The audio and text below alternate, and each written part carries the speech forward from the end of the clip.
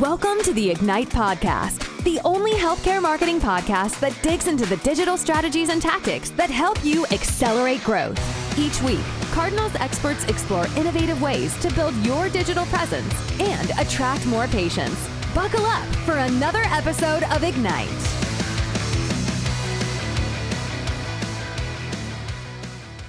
What's going on, everybody? Welcome to Ignite. Excited to have you here. Bam! I am Alex Membrio, CEO of Cardinal Digital Marketing. Mostly a figurehead, definitely a hype man, but we've got the real wizards in the house. We got John McAlpin, our director of SEO. This is the smartest technical SEO in the country. I've hired a bunch. I have a bunch, and everybody knows he's the smartest. He's building WordPress themes from the ground up because he cares that much about site speed. This guy is a real deal. We've got Rich Briddick. He's our SVP of Performance Marketing. So all media rolls up to him, including CRO and analytics. So the guy not only knows how to paint a beautiful picture, but he knows how to get eyes on it and make those eyes convert into an active patient. Welcome to the show, John and Rich. Thanks for having us back. Yeah, thanks, Alex. We have talked about how to build a website from the ground up to be really great for SEO. We've talked about that. John and I have multiple episodes on it. We've talked about how to build a website for conversions. Rich and I have talked about that with healthcare groups at length as well. Today, we are going to talk about how SEO and CRO align. Rich, something I had heard quite often is CRO is just for paid media. Quick one-word answer. Is that true? It's not. That's a two-word answer. Damn it, Rich. I'm so verbose. I apologize. So today's going to be fun. The first thing I want to get into, we know SEO is important. It's my favorite form of marketing. I think it's the most important. I think it's the best, most cost-effective, and most scalable. We also know conversions are important because you drive a bunch of traffic and they don't convert into leads and we don't get patients. We can't help people get healthy. Now we're going to discuss about how they align in a website development project. John, when are SEO and CRO in conflict? When are they in conflict? Typically, the biggest conflict we see is when we look at personalization. When you try to change things for the specific end user dynamically. And whenever you have these dynamic things moving on a website, depending on what they are, that can cause conflict with SEO. Again, depending on what they are. That could be like the URL redirects to something else. It could be the content completely changes, imagery. A lot of things can change dynamically on a website with today's technology. And while it may help conversion sometimes it can hurt your SEO. And so that's when you really need to have a good communication between the two departments. But there's definitely ways where they do align, though. Rich, you agree? Anything else you want to point out on when they align? Yeah, I mean, I think split URL redirects can also be a bit of a negative, right, John? And so we tend to stay away from split URL testing. Rich, tell us more about the split URLs, and y'all have smirks on your face. This is a client project that we just did. We've done tell us about, like John and I worked on this on a client. I mean, essentially inside of one test that you can run through almost every CRO testing platform is a split URL test, right? So it's where you send a certain percentage of traffic to this page and then a certain percent to another page. However, my understanding is that, especially when you're basically creating almost duplicate pages, but just changing certain parts of the experience, that is not good from an SEO point of view, right, John? Because then, you've got two pages out there, which one ranks, and I'm sure there's other technical pieces for it too. But I just remember that when we went through this process, it was far from ideal in terms of setting it up this way. And so now we try and avoid doing any kind of split URL test where we can help it with organic traffic.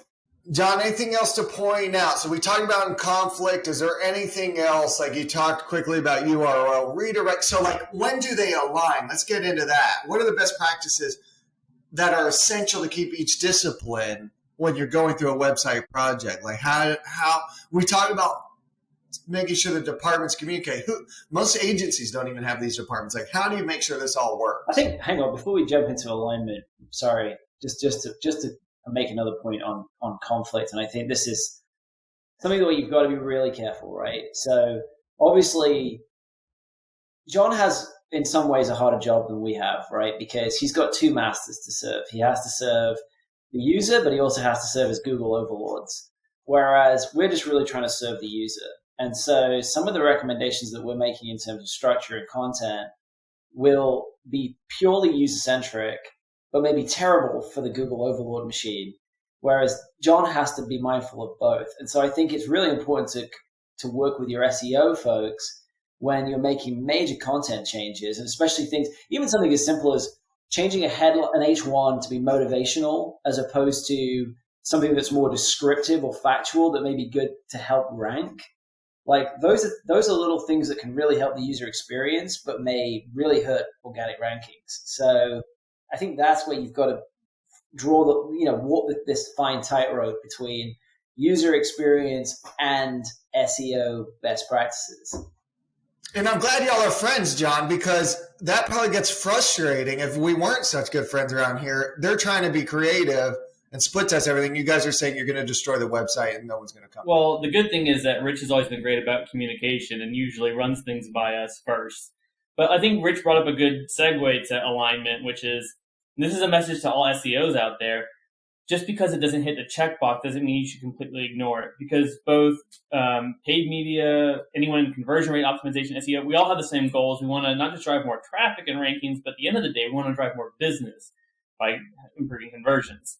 So remember, in SEO with 200 plus ranking factors, all weighted differently, and sometimes weighted differently at different times, sometimes you got to take the L on some of those ranking factors. If an H1 is going to not be how you want it, but it's going to drive better conversions, maybe you should test it and see, hey, yeah, maybe our rankings dropped 1, but our conversions overall improved.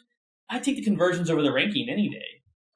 Yeah, I think that's especially true when you're trying to strike that balance now in a mobile-dominated environment, right? Because people don't like to read heavy content on mobile devices, right? A lot of people are just trying to skim content on their mobile device, and obviously John can describe this better than I can, but the prevailing wisdom in SEO for a long time has been get a lot of content on a page. That's how you rank for it. But sometimes that can be contrary to conversion and UX best practices. So we just have to become more imaginative about how we get valid content on the page, but in a way that the user wants to disseminate that information and makes it easy for that user to disseminate it. Yeah. Make it scannable, crawlable, add table of contents, back to top jump links. There's also kinds of creative things you can do to satisfy both parties. I think the key there is communication and working together. Yeah. Look at how most people get their information, or look at how most people use social media. TikTok's blowing up, Instagram blowing up. Are those words? There's no words in those platforms. Like, we don't read anymore. I get the newspaper. The guy seems shocked that I'm not 82 when he drops it off. Yeah. I don't, no one's reading anymore. So those short form, the more creative visuals, right? Imagery, videos, the quicker you can convey it, but then also mixing things where Google can understand it and where it's crawlable, and you guys are going to rank. This is hard. You guys have a hard job these days. SEO is tough. We go on keywords, but we need it to convert. Ouch. I think another benefit of running both CRO and SEO together is that both disciplines have their own research methodologies. And together, when you combine those research methodologies, I think you get more of a holistic understanding of the end user. And, there's a lot of qualitative information that's being captured in the CRO research process, a lot of on-site activity that's being captured, which I think can be very valuable to the SEO team to see that information, to see how users are behaving on the site, to see what they're doing, to see what they're interested in, to see what users are consuming or looking for more of, and then vice versa. The SEO team does a lot of great competitive research. It helps us understand how your brand sits next to your competitor brands in terms of positioning and all of those things. So I think together there's a lot of crossover in terms of our research, where when we're doing both channels, we have more strength in terms of understanding the end user more so than if we were just doing a single channel. That was beautifully put, Rich, as always. With SEO, we really look at the different funnels of how someone gets to the site, the different reasons they're going to get to your site, whether it's top funnel awareness, just exploring your industry, or mid funnel, almost about to convert, looking for more information. But Rich's team and CRO and all their on-site studies really help us figure out what takes them to that next level of conversion. What are the barriers to convert, and help us overcome those. They definitely go hand in hand. Yeah, and if we had a paid media person, they'd say, man, the research, the competitive research John does and the qualitative research Rich does can really help inform the ad copy. So that's conversion focused, the landing page, keywords, and like the offers and all that stuff. So it seems, guys, like marketing's not easy anymore. We can't just do SEO or just PPC or just CRO. Like, this is no longer a thing. Would you guys agree that siloing, maybe for a small business, simple small business, just needs to drive a local lead? Maybe it's possible to just do SEO, but it seems like this is getting harder to just do one thing. Yeah, my perception, of course, like I'm biased because I'm the one who's trying to drive the charge on post-click optimization. But I mean, so is John in many ways as well. He just calls it technical SEO, or he calls it SEO. But I mean, a lot of the stuff that John does, you mentioned page speed at the beginning, that to me is post-click optimization. That is the functional side of post-click optimization. But I think that there is a massive benefit for paid media and SEO to have a strong UX focus in terms of everything that it does, because at the bottom line, traffic is very important, but if you cannot convert that traffic, then it's somewhat moot, right? And John touched on that point. And so I think not just in terms of shared resources and education and becoming informative, but there's just so much opportunity on the post-click side that a lot of marketers historically have just neglected.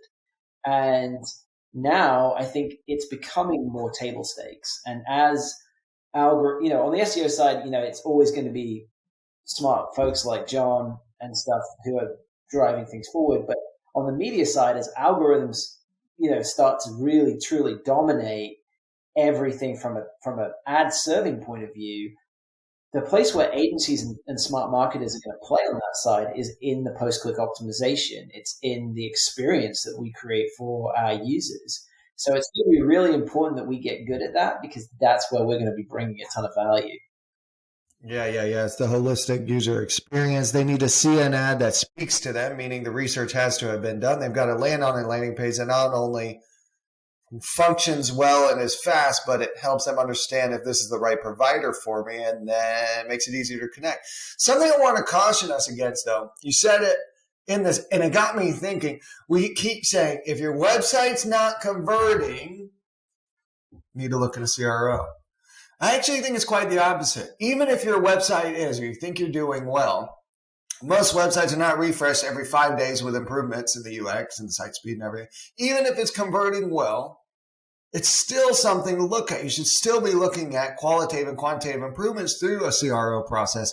I only work on the Cardinal site, and I barely do it anymore because we have a big team that helps now. But I'm thinking it does convert well. It drives all our business, and we've gone from 12 to 50 some people through it in the last year. But man, it could convert so much better. If we could double conversion rates by making it easier on the user, you're talking about doubling lead volume. So just a quick thing, guys. Even if you feel like your website's converting well, if you want to double patient volume, you may not need to run more PPC or improve your SEO. You may just need to make it easier to convert. That's just a side note there. Yeah, I would just add to that, not that I want to make this whole podcast about CRO, but one of the tests that we run almost always off the jump, out of the gate for CRO clients, is a multivariate test. And if you think about a multivariate hero test, where you're serving up different combinations of H1s and images and CTAs and subheaders, there's so many different variations that you're serving up. The chances of your original combination of assets being the best is almost none. Right, it's almost a 0% chance that what you have right now is the optimal experience, because we're cycling through 90, 100 different combinations. So there's always room for improvement, always. Yeah. Even if your conversion rate is sky high and you're doing everything right, there's always going to be some slight better way of phrasing something that's just going to get, and the lift might not be massive, right? But if it's 2%, 3%, stuff you don't have to pay for. It's stuff you don't have to pay for. You can put the budget into another in-house content or PR person or something. I mean, that's the way to look at it. You want headcount, go improve your website. All right, let's get into, we talked about a little bit about how they align, but we had a good point here in the notes, John. I want to talk on it. How do you make sure they align? You start looking at the client's strategy, like where do you look, and then how do you start talking cross-departmentally about it?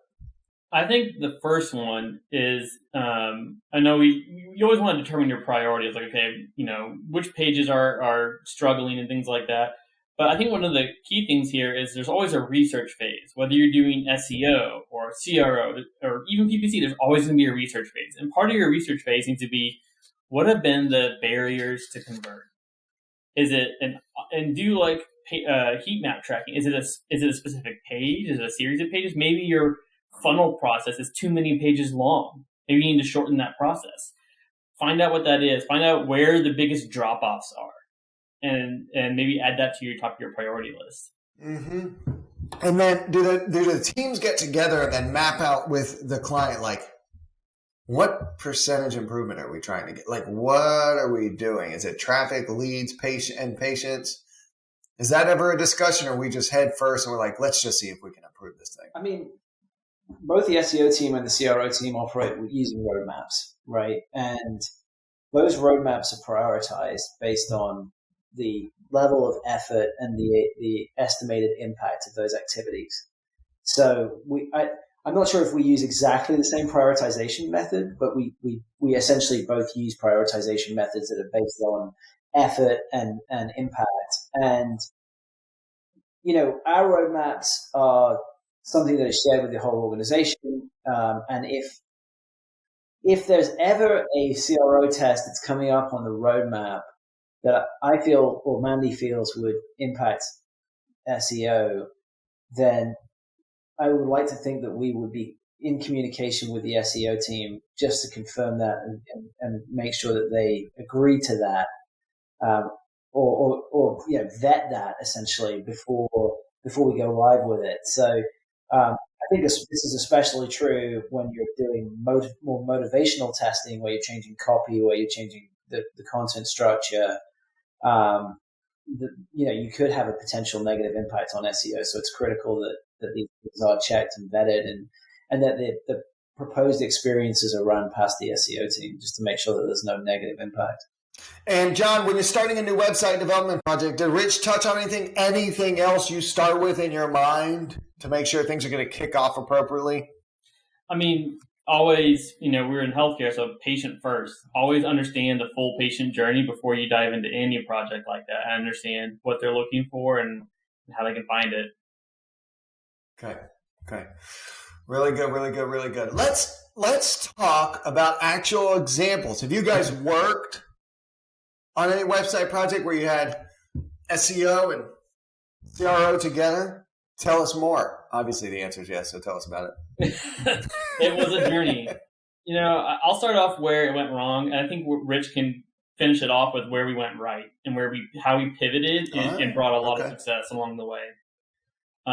So essentially, we had a client in multi-state, and we wanted to do a geography-based test where content changes based on where you're located. And we did that through the infamous URL redirect. Now, URL redirects are not bad in nature. If you're doing a paid test, if you're doing paid traffic, it won't affect SEO. By all means, go for it. In fact, that's a great way to test URL page changes, is through paid efforts, with caveats, I'm sure. So what happens is, understand that, for users, they might not notice, it may help conversions quite a bit. But when you're talking about SEO and how Google crawls a website, note that Google's crawler comes from certain locations. If you're in the US, most likely it's coming from California. If you're in Europe, they have their own bots overseas. So depending on which bot Google's using and where it's located, you're going to get a different version of your website. So if you have a website all tailored to like Georgia, for example, and they're crawling from California, they're going to think your website only serves California, perhaps. That's just an example of what could have happened. And so we did see some ranking decline. Now we monitored, but Rich was very close in communication with me. We monitored it, saw a decline, and we had to pivot. And I think I'll segue over to Rich to talk about how we pivoted and where we saw success. Yeah. So once John communicated to me that this was not the ideal approach, and I'll give John credit. He did a lot of work to mitigate the loss of rankings. And also to his credit, and I think this is another thing that goes into sort of the interplay between CRO and SEO, he saw the improvement in the conversion rate and realized that it outstripped the loss in traffic, and was, to his credit, pretty pragmatic, I would say, about the results. That being said, we didn't want to have any negative if we could avoid it. So essentially we reskinned the cat, whereby instead of redirecting you to a different page with a different experience, we were rendering a different experience in the browser so that the core page stays the same, but changes are made once, when that page loads in the browser that personalizes it to your state. So if Google crawls it, they just see the same page every time, no matter where they crawl it from. They see the standard default page. When a user goes to the page from a specific location, they see a personalized page by their location. So that was the way around it.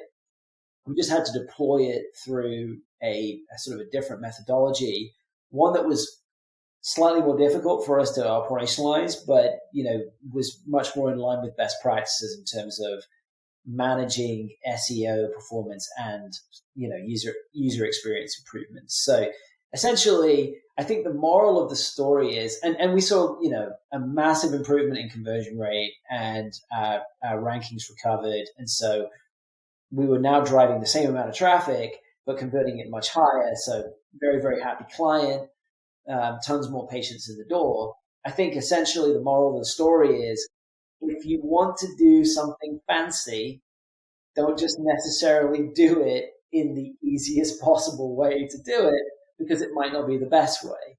And sometimes you have to go through a couple of iterations to figure that out. But if you have a strong SEO person, they can help you, and vice versa as well. If you have a strong UX person, you want to make some SEO changes, run it by them, and they can tell you if there's going to be a negative impact. Yeah, and what I heard there is that you guys picked up the issue quickly. I think marketing goes wrong when the mistake lingers. That's when we go wrong. I think it's fine to fail, but you must fail fast and recognize it and move on. And that's what I heard you guys did. Really quickly realize, this test is screwed. Let's pivot. And then everybody wins. I think clients are okay with that. This is what we're here for. It's new ideas. Sometimes they don't work, but you guys pivoted and made it work.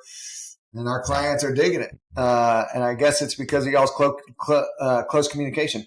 John, SEO Deal Breakers, any best practices you absolutely cannot neglect to do?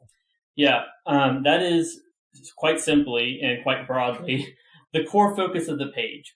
When Rich is making changes on the page, he's instead of say you're a multi-state, instead of linking to a page with a bunch of different conversion options depending on where you are, he's making changes. If you're based in Illinois, you're going to go to the conversion page just for Illinois. Small changes like that probably you wouldn't notice on the surface, but the end user is going to notice. If you're changing the core focus of the page to be something else, that is going to get you in more trouble than these small H1 title changes. You want to make sure that the core focus remains the same, because that's what Google's going to care about the most. Good. Anything else listeners need to know about before they go into it? Just always communicate and remain agile. Like Rich and I did, we kept close monitoring and were quick to make a change. And as things were happening, we were already discussing contingency plans if things go wrong. We knew there was a small risk, and we were prepared to make that change if it did happen. Make a contingency plan if something happens. Make sure anything you do is easy to switch back, and keep an eye on things. Yeah. Sounds like it's not a good idea to run CRO tests when your developer SEO is not readily available. Something to note. And I think, where people become ambitious, right? People tend to be very ambitious with things. That's, everybody wants to do something and make a big splash. I would say, you you should be making relatively large changes on the CRO side when you first start out, right? Because you want to be looking for those high impact items. But there are plenty of tests that can drive high yield that don't require massive dev resources. There's a lot that you can do just through your testing tool and its native functionality in terms of in-browser changes.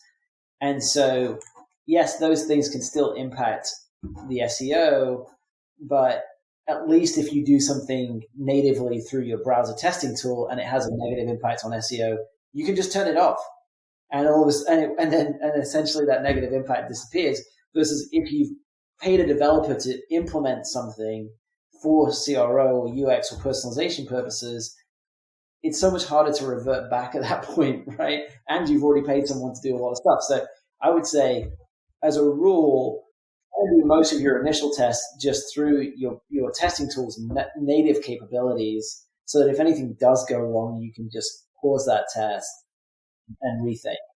Start out small. And you and I talked about some of the quick and dirty things to do, and then more advanced CRO practices too. So go back and listen to that episode, read our blogs, read all the information, webinars, bam. We have tons of information out there on CRO. I think we probably lead the industry in CRO education from an agency perspective. I think there are CRO specific tools, maybe, that have more stuff out there. Rich and John, any final words, my friends? I think the combination of SEO and user experience and UX testing is more important than ever. I think that it used to be, same with paid media, that you could just by ranking, you can immediately make the phone ring. I think the game is much harder now. I think users are looking for bespoke experiences. They have tons of options out there. You've really got to understand the user, what makes them tick, even if you're not doing a sustained CRO program. So I would say definitely, even if you're not going to do CRO, at least have your user experience hat on when you are thinking about web design, when you are thinking about SEO changes, content changes, adding, new pages. Like, keep your user in mind, make sure you know what they care about, and make sure that you're delivering on that information to them. At the end of the day, it's knowing what the users want and care about. I think lots of market research needs to go in before any kind of SEO, CRO, paid media. Like, I know clients wouldn't have the patience for that, for us to say, hey, we're going to do 30 days of market research, talk to your customers, do testing, run maps. But that'd be cool. That's probably where marketing's going. We're making changes and we're kind of doing it blind sometimes. It's invaluable. And the folks on the front line, people who are dealing with your customers all the time, your patients all the time, they have so much information. They have such a wealth of knowledge, and tapping into these people and getting their perspectives, it's so critical. So I would recommend, that you at least get all the relevant stakeholders in the room and really mine them for their information and all that strategy. Listen to call recordings, talk to the frontline office manager, call centers. What do people say when they call in? What's important to them? What are the problems? I talked to this guy in an event yesterday. He says, we're about to run PPC. It's a multinational brand. And he's like, yeah, we're bidding on these keywords. I think they'll work. And I was like, did y'all do any research into this? Talk to your customers on what they use to find? No. We just started bidding. We threw up some landing pages. Yep. All right. Can I also leave on an SEO note too? If there's any SEOs out there or SEO savvy digital marketers that are really nervous about the implications of CRO, if we scared you with our horror story, keep in mind that Google's number one strategy and recommendation every time, it's one of the worst but also best pieces of advice they give. It's, if you want to rank well, it's create a great website, which is stupid vague, but also totally spot on. And I'll tell you what, there's only so much you can do with keyword research. You're going to need some help. Yeah. You need to know at the end of the day. And you need to create, the prettiest websites are often the worst performing. Just keep that in mind, guys, when you're looking at your competitors. Please don't just do whatever your competitors do. John McAlpin, the V, and Rich Burdick, thank you for joining me on Ignite. This is a blast talking about SEO, CRO, horror stories, and how to do it effectively through communication and ultimate ninja wizardry. If you guys have any questions, you can ping Cardinal or you can find John or Rich directly on LinkedIn. They'll help you, though. If you got their email, find their emails. They'll help you directly and keep you out of trouble. We've made a lot of boo-boos, and we'd like to keep y'all from them, too. If you need any advice on any projects you're going to run, they're here to help, so are we. Guys, thanks for joining, and hopefully we'll be talking again. Yeah, thanks for having us, Alex. Thanks for listening to this episode of Ignite. Interested in keeping up with the latest trends in healthcare marketing? Subscribe to our podcast and leave a rating and review. For more healthcare marketing tips, visit our blog at cardinaldigitalmarketing.com.